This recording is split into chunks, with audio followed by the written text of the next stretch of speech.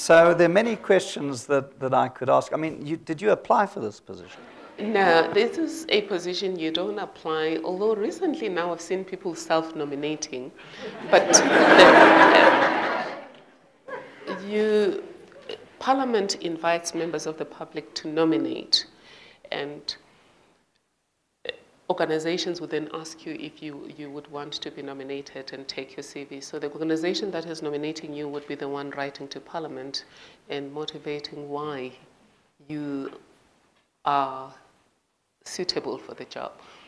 There's then a shortlisting process by a committee in Parliament, and then the committee votes. Their names are taken to Parliament, and Parliament as a whole has to vote, and the person has to get at least 60%. Only one person is voted on, and if the person doesn't get 60%, the process has to go back to the committee, and they do it over again, and then the president has to appoint. So some people argue that you've expanded the domain of the Public Protector's Office enormously. What's your comment about people who make that almost as an accusation? No, that's not true. We haven't expanded the domain of the Public Protector. I think others also say it in a positive way, in that the publicity that we've received from the media has extended awareness of the office to all areas of society, and we're grateful for that part. But we haven't extended the work of the office. The office has always had the same jurisdiction that we had. Incidentally, it's a 35-year-old office. People always think that the Public Protector is 19 years old, and we always say that, which takes me back to the question you asked earlier, Professor, about are there offices like that? When this office was established 35 years ago, it was more like the SIU, or more like the Directorate of Investigations in US states. It only investigated money issues, corruption, and malfeasance, and it was called the Advocate General.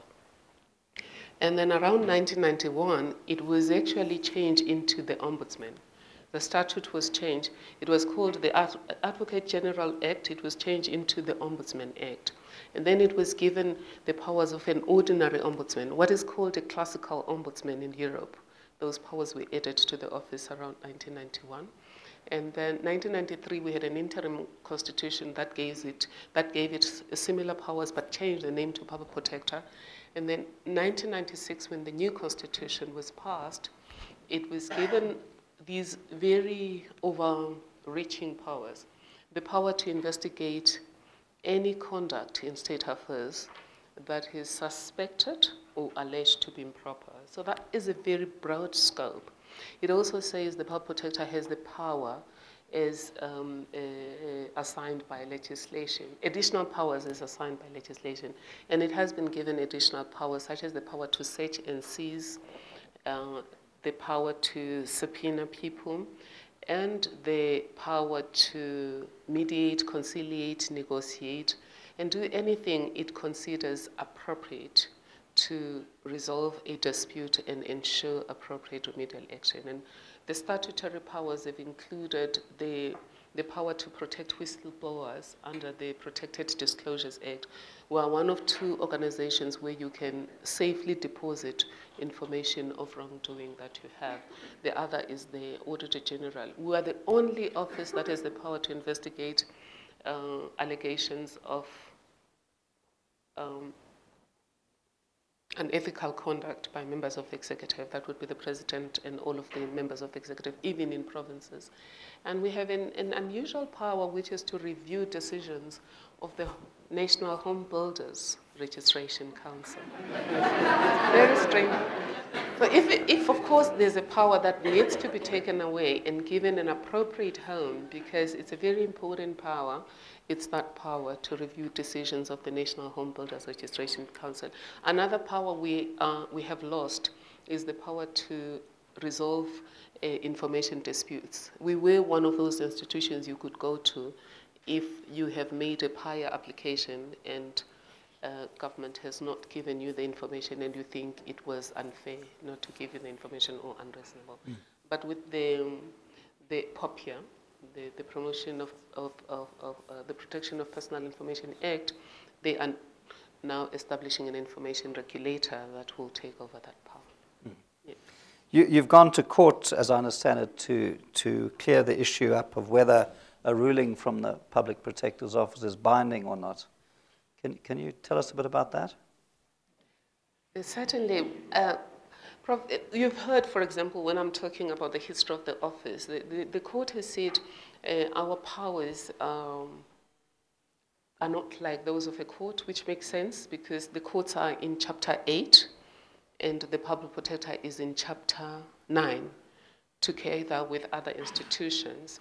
And so the court has said the powers are not binding because we're not a court of law, but we are with institutions that make binding decisions, even though they're not courts of law. For example, the IEC. Those in the financial sector know, for example, that the Reserve Bank makes binding decisions as a financial institution, and it's not a court of law. So it was quite confusing, but it was also not confusing whether the court says it's not binding or it is binding, and who has the final say. Our greatest concern, though, is that a lot of the people who come to our offices are what we refer to as gogodlaminis, the people who really have no power, no skills, no money to go to court. And this was given to them as an alternative gate to access justice. And the assumption was that if you access justice, it has conclusions. In other words, if you have been wronged, there's a remedy. Now, if it says we can determine that you were wronged, but it's up to whoever we are dealing with to decide whether we're right. In other words, we review your decision as government. You review our decision, and you say we are wrong. We thought that was quite unusual, but also the court said we don't get those powers because we are an ombudsman, yet we know that we were an ombudsman, and the wording in terms of powers was totally different. You can read the Ombudsman Act of 1991, you will see that the phrasing of the powers is totally different from the phrasing of the powers in the 1996 Constitution. So that's the reason that we're asking that there should be some kind of clarity. Understanding, though, that we're not a court of law, and it was never government's intention or the people's intention to make us into a court of law. But there is something beautiful that has come out of this, is that we talk about the rule of law, and you talk about rule by law. It seems to us that there was a lot, we were beginning to depend a lot on ruling by law. In other words, people are going to comply even if they don't agree with us on values. They will comply because they think that they have no option. So this has exposed the need then to reconcile values so that people don't implement because they're afraid of our powers.